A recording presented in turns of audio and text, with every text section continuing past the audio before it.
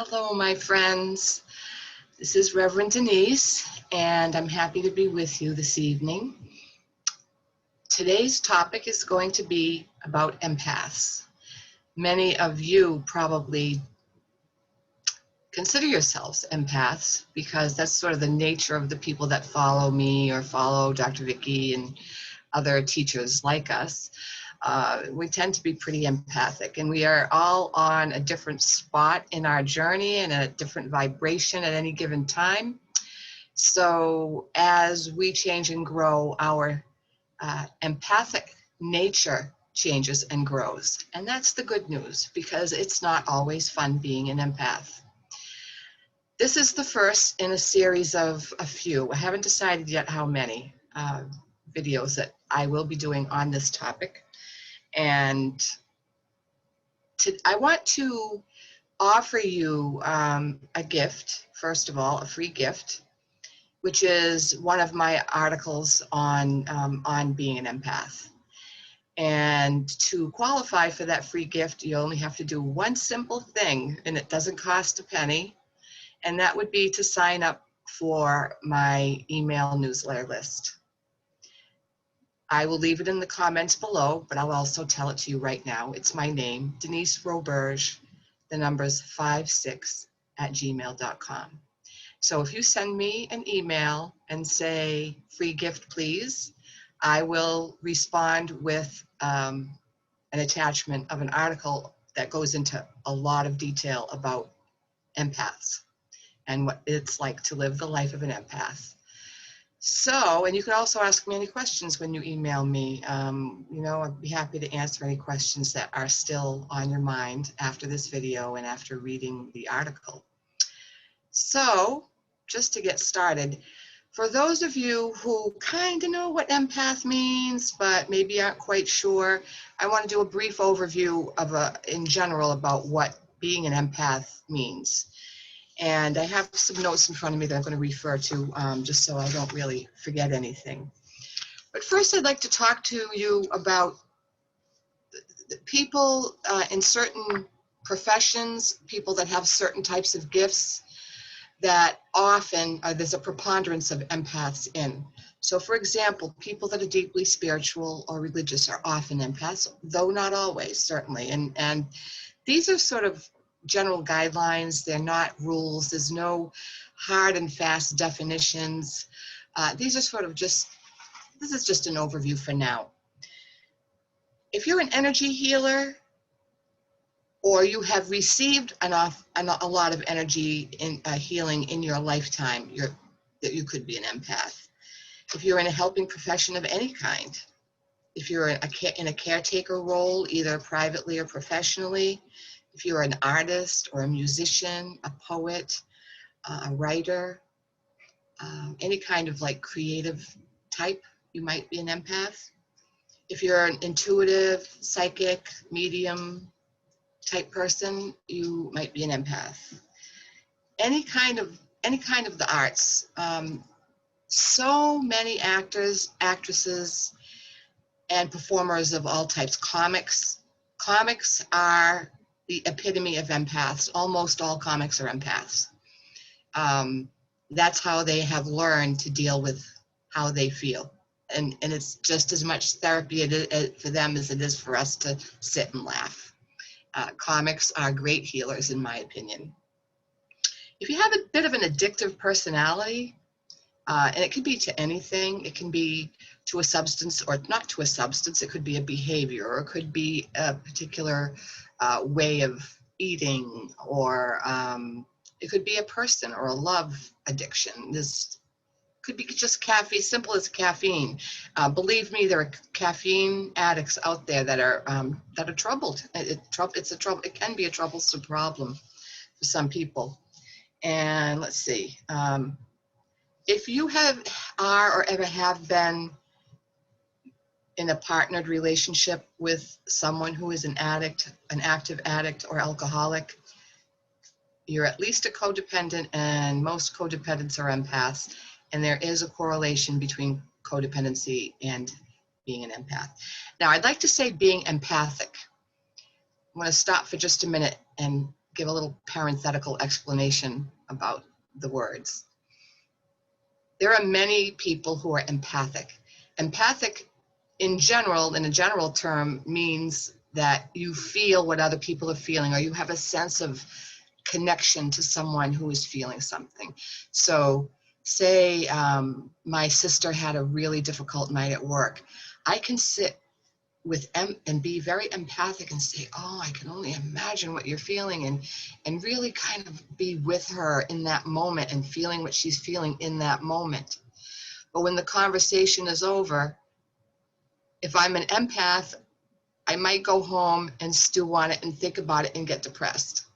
If I'm not really an empath, I probably wouldn't do that. If I'm not really an empath, I might go back to my house and say, wow, I hope she feels better soon, and kind of get on with my day and move on. An empowered empath is someone who has had difficulties with being an empath, being a highly sensitive soul, and has overcome a lot of the challenges of being an empath. So those are just some terms I wanted to throw in there. There are a lot of people who are empathic with animals, and some are true blue empaths. They feel what the animals are feeling. They experience what the animals are experiencing in such a profound way that it totally affects their emotional condition. And they might even become obsessive or just completely disturbed by an animal who is sick, for example, or the suffering of animals in particular. I mean, in general, I should say. Many animal people are empaths.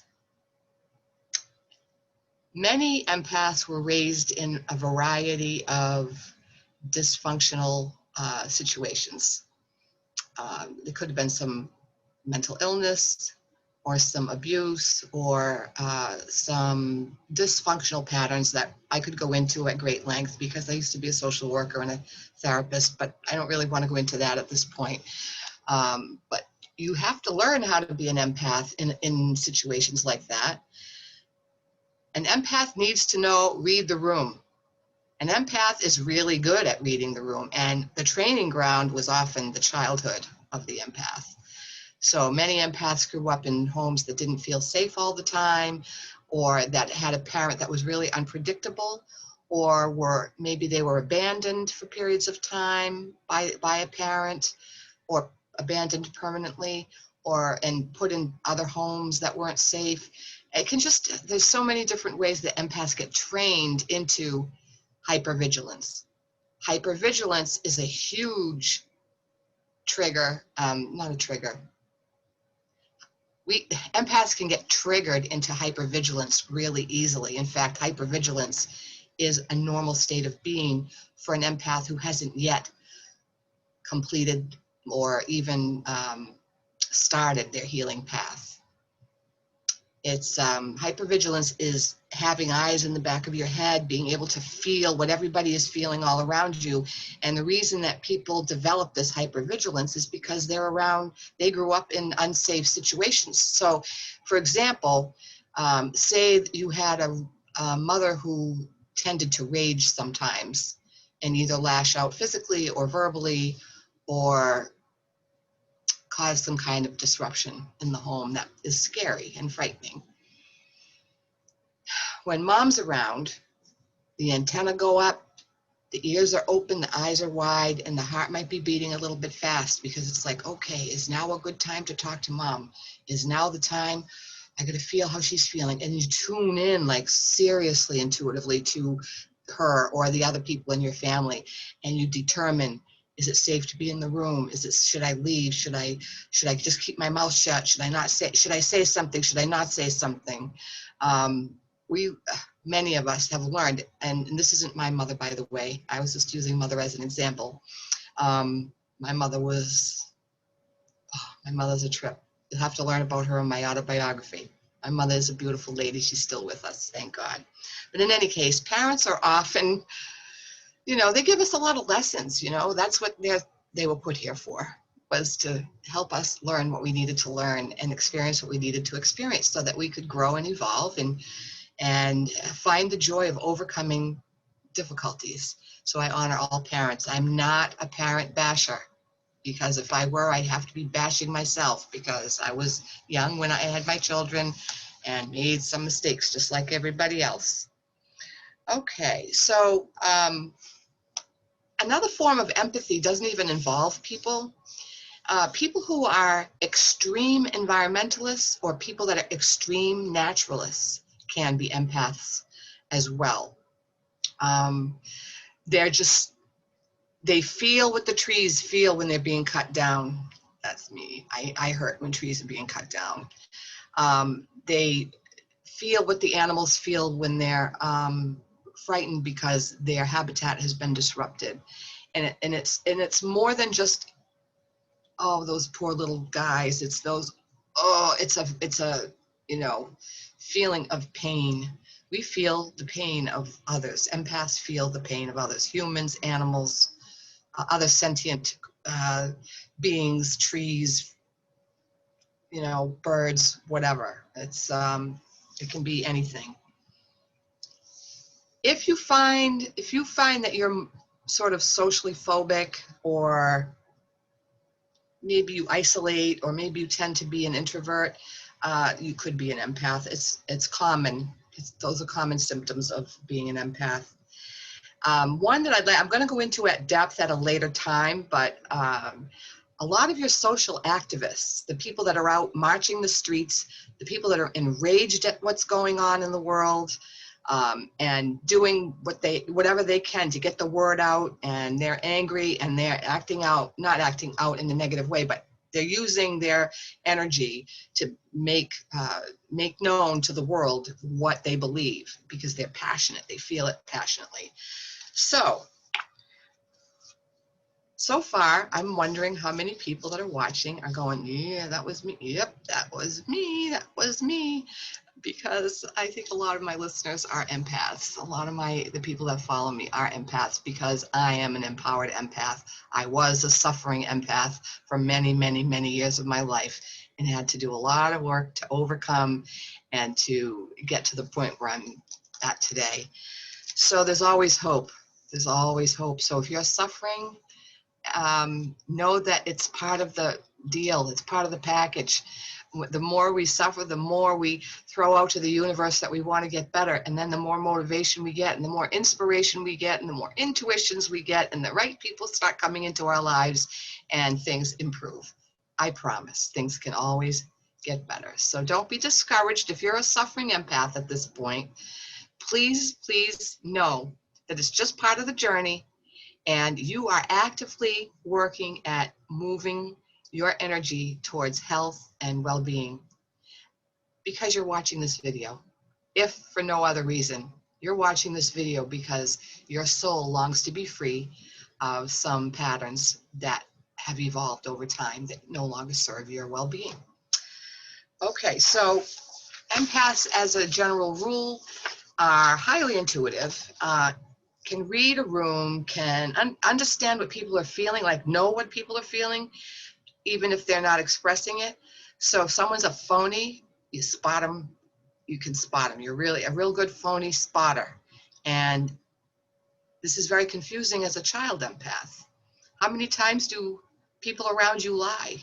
When you're a kid, it's like all the time. They either lie or change the truth to spare your feelings or whatever. And you're listening to stuff as a child and you're saying, that doesn't feel right, but that's coming from my parents, so it must be true. So I don't know.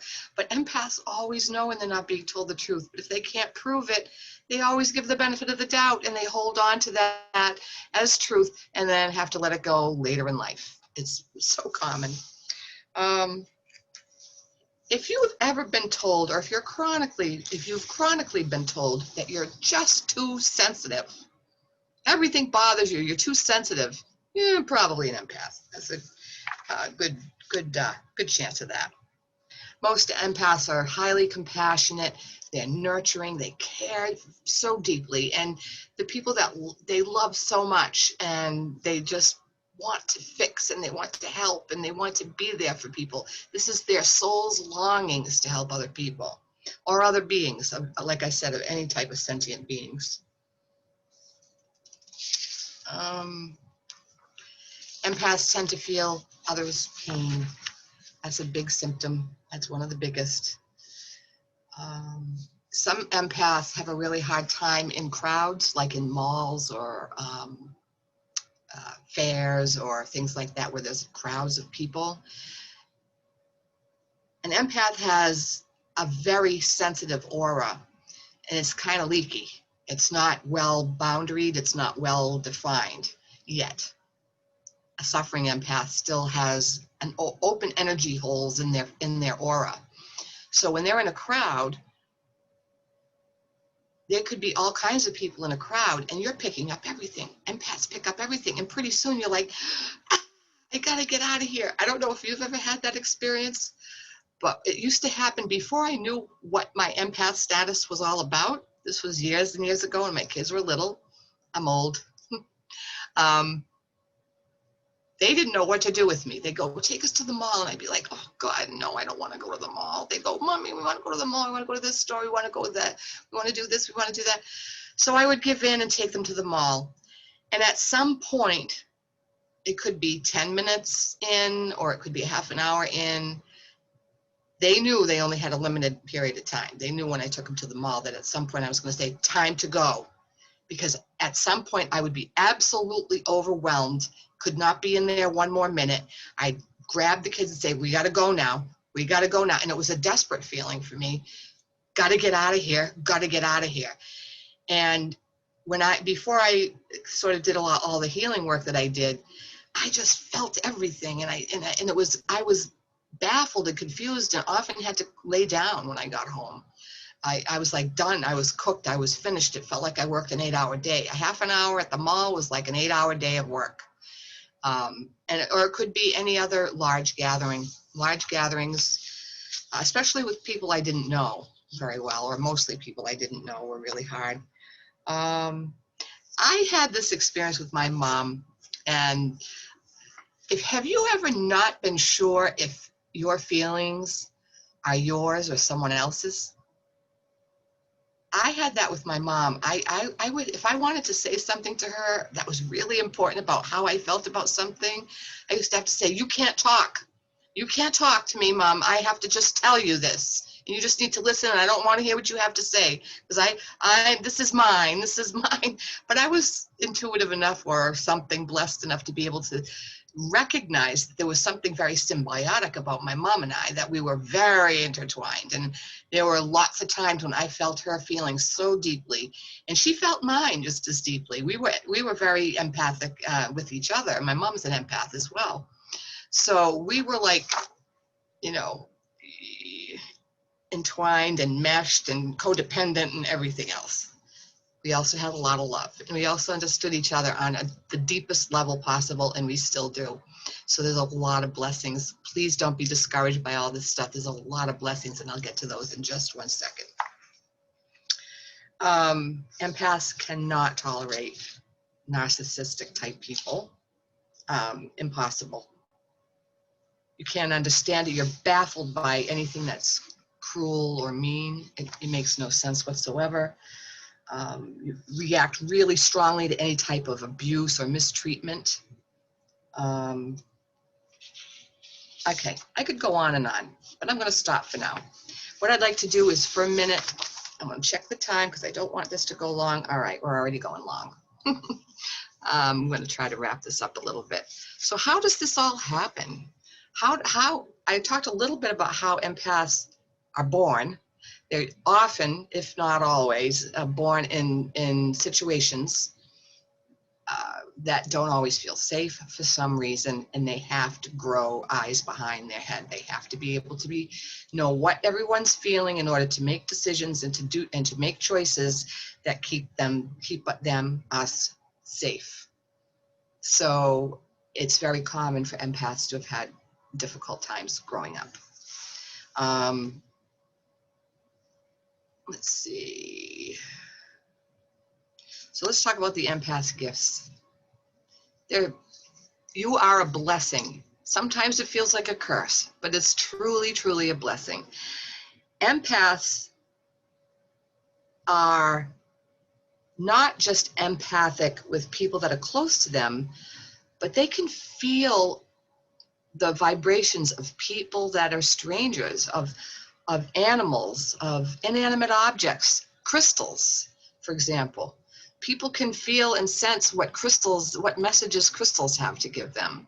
I consider crystals sentient beings. They're in the same category as plants and vegetation to me, because they were born from the earth, and I think they have an energy that's very sentient. So that's what I believe. You're excellent body language readers. Empaths know how to read body language like there's no tomorrow. People can be saying whatever they want to be saying, but you're busy. You're too busy reading their body language and feeling their energy. Their words almost don't mean anything, because it's not the words. It's the energy and the body language, the eye movements, the hand movements, the gestures, and all that kind of stuff that you feel. You bring in. So congratulate yourself for being gifted. You're intuitive, you're kind, you're sensitive. You love like there's no tomorrow. You have this deep well of love. You want to take care of people. You have this intuitive ability that's amazing, whether you've developed it yet or not. You have the ability to really pull in all different types of intuition, whether it's at work or with your children, or maybe you do it for a living. Maybe you do readings or channeling or some other type of intuitive work for a living. That's a blessing of being an empath. We get to love.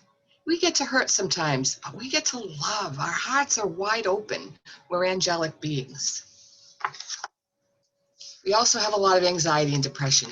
And we also tend to want to overeat, because sometimes the world is too difficult, and we like the feeling and the groundedness, because we're in our energy and our minds and our third eyes so much that eating or overeating grounds us. It brings us into our body, and it helps us feel sort of centered.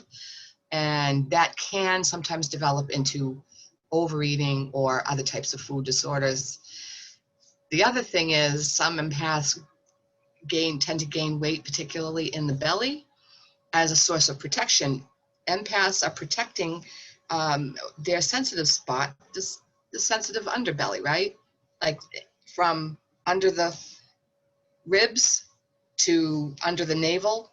Very often empaths will put on weight there, or anywhere. I mean, we can put it on all over the place, put it on the whole body, but it's very common for empaths to, even a thin empath will have a little belly, because they've developed that as an energetic protection against what feels like assaults. And there's sometimes really assaults, and sometimes they're energetic things that are going on. All right, so that's a general overview of what being an empath is. And how does it work? It's all energy. Everything is energy. There's nothing that isn't energy. Every word, action, emotion, interaction, and intention has a vibration or a frequency. And an empath has highly evolved abilities to be able to tune into a whole variety of these types of frequencies. And we can sense energy. We're gifted with energy. We're gifted. We're able to read energy of people, places, and things, of houses, of, places, of anything. We feel energy. We read energy. We know energy. And as we get older and more and more practiced at it, we get more and more gifted, and people are always so surprised, like, how did you know that? I don't know how many times I've heard, how did you know that? How did you know that? We surprise people when we let them in. So it's all about energy.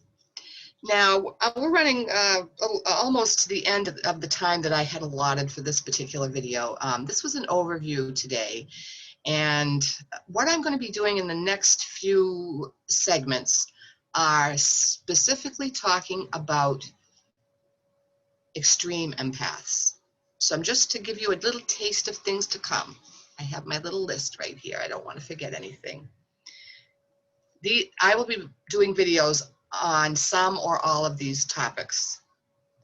There's frozen empaths, transmuting empaths, raging empaths, codependent empaths, and empowered empaths. Now, those of us who have gone through all these changes and done a lot of energy work and relieved ourselves of a lot of old patterns and find ourselves finally at peace with ourselves, we would not change a thing. The blessing of being an empowered empath is that we totally understand that everything happens for a reason, and we're no longer angry at anybody. We recognize that we have attracted whatever has happened in our lives, and that it's our vibration that's important to work with and understand. We get to do fun things that other people don't get to do. Not everybody gets to read cards or take care of people that in such a way that makes them feel blessed and makes the other person feel blessed as well. Some empaths are fabulous parents. They have been through so much, they understand they don't want to give that stuff to their children, so they have an awareness that's brilliant, and they don't pass on familial patterns. They stop ancestral patterns. There's just so many blessings of being an empath. So wherever you are along the empath spectrum, there's always more to learn. And even as an empowered empath, I still learn every day, and I still have to sometimes deal with too many emotions and overwhelming energies around me and feeling like I've got to run or I've got to leave. I personally spend a lot of time alone, and I know why. It's because it's more comfortable. Many empaths find it much more comfortable to be in their own company than to be in the company of a lot of people. So I'm going to end with this. I want you to check out my new hairdo. What do you think? This is my post-COVID. I'm over COVID. I never had it, but I'm over it. I decided I'm going to do something perky for myself and make myself feel better. So I got low lights and I got a new haircut, and I feel like $1,000,000. So that's it for me for now. Any questions? Feel free to email me. I'm sure this is a hot topic for many of you, and I expect to be inundated with emails. So give me a little time if you do email me. Again, there's a free gift, a free article. That's a 4-page article for you if you send me your email address and agree to let me put you on my email list. And I will include my email below. I will also talk about the upcoming segments again on being an empath. So thank you so much for being with me. Please like and subscribe and click the notifications bell if you'd like to be notified when my new videos come up. So I look forward to seeing you again soon. Namaste, sending you love and compassion, and I admire you. I totally respect you all for who you are and what you do, and I think you're wonderful. Thank you. Blessings. Good night.